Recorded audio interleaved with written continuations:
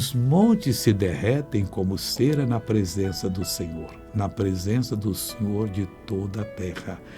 Tudo que estiver errado na sua vida, leve na presença de Deus, porque os montes, as coisas mais firmes que há no mundo, se derretem na presença dele.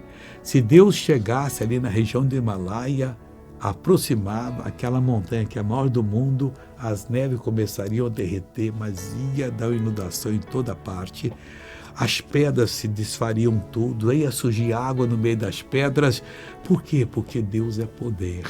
Quando você levar o seu monte de problema diante do Senhor, eles vão se derreter como cera. Quando você estiver na presença do Senhor de toda a terra, não vai ficar uma obra do inimigo para contar a história. Você vai se ver livre de tudo. Por que não fazer isso agora, meu irmão? É uma decisão do seu coração e Deus abençoa. Veja essa pessoa abençoada.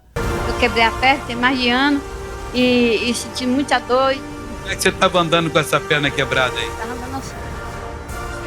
Agora normal. Agora eu quero orar com você. Meu Deus, eu estendo a minha mão para abençoar essa vida. E como ministro do Evangelho, eu repreendo todo o mal que a fustiga e ordeno, saia dessa pessoa, vá embora, desapareça, em nome de Jesus Cristo. E você diz, amém, eu creio, Deus está com você.